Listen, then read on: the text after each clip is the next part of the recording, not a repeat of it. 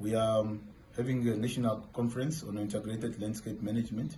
Integrated landscape management, in essence, it's just a concept which is amongst other concepts.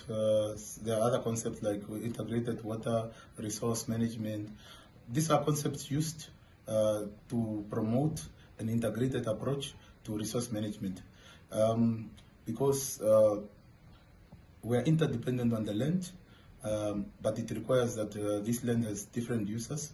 And like I said, integrated landscape management is a concept just to bring different land users together so that they co-manage an area.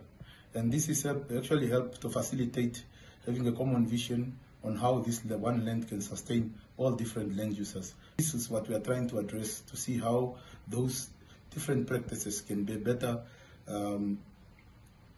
New technologies, new systems can be brought in so that we can ensure that some of these recurrent environmental calamities can actually be addressed through our integrated approach, because essentially we are bringing everyone together and we are discussing and we understand what are those effects on the current practices that we have, and how do we then do it different.